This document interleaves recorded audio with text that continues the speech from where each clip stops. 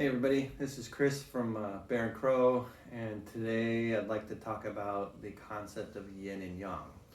Everybody knows the yin and yang symbol with the black and white and the half circle and the little dot in the center of each one and things like that. It's pretty universal, everybody knows that. So, but the yin and yang is the foundation for traditional Chinese medicine and health. And understanding that concept allows for other things to come in and other studies. So yin and yang is basically they work together, and they have representations of opposites. So for instance, black and white and light and dark, up, down, in, out, things like that. But the thing is they to really understand it is that there's no absolutes. There's no this is yin and this is yang. It's more about the relationship between two things. So to keep it simple, so if the cabinet is yang compared to the bed that is in the bedroom, because the cabinet is outside the bedroom. But the cabinet is yin because it's inside compared to the chimes that are outside.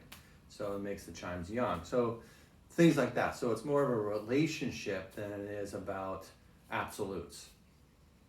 So today I'd like to introduce an exercise that has to do with yin and yang.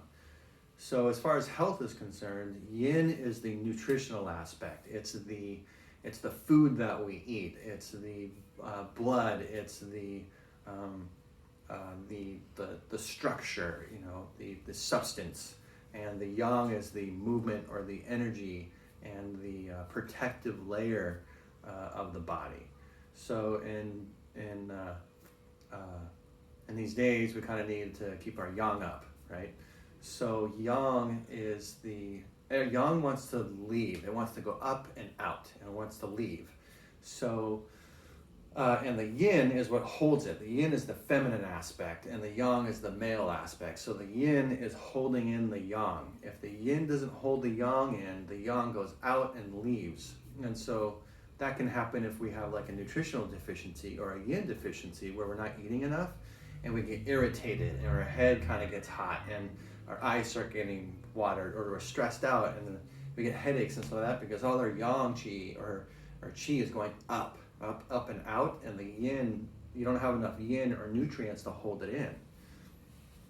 So it's important, that's why it's so important to eat. You have to eat.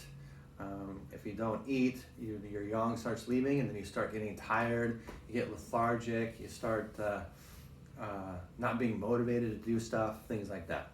So a good exercise to do to keep your yang qi up is to take your feet shoulder width apart, bend your knees a little bit, and then bring your hands in and hold this for anywhere between 1 to 5 minutes. 5 minutes max. Otherwise, there's no additional benefit to holding it for 20 minutes. So 5 minutes a day is good. If you can do it for 1 minute, perfect. Your legs stop burning, that whole bit. If you can get on the other side of that, good. And hold this. And so what you want to do is you want to create your chi to move, and move in a circular pattern within your field. And so by doing this, you're bringing your yang qi up.